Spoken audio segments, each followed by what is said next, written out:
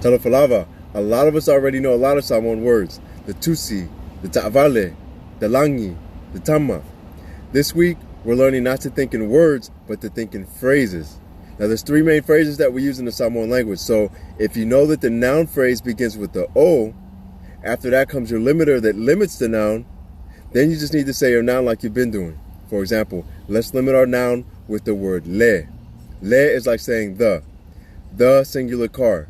Instead of me saying the ta'avale, I would say o le ta'avale. If you see a book, don't say the tusi, say o le tusi. I don't have a window right here, but if I did, I wouldn't say the fa'amalama, I'd say o le fa'amalama. The idea is to go from a word mindset to a phrase mindset. And just think, once you master the noun phrase, it's only two more phrases to go after that. So when you think of a singular, specific person, place, thing, or idea, don't just speak the word, train your brain to say the phrase, and then we'll build from there.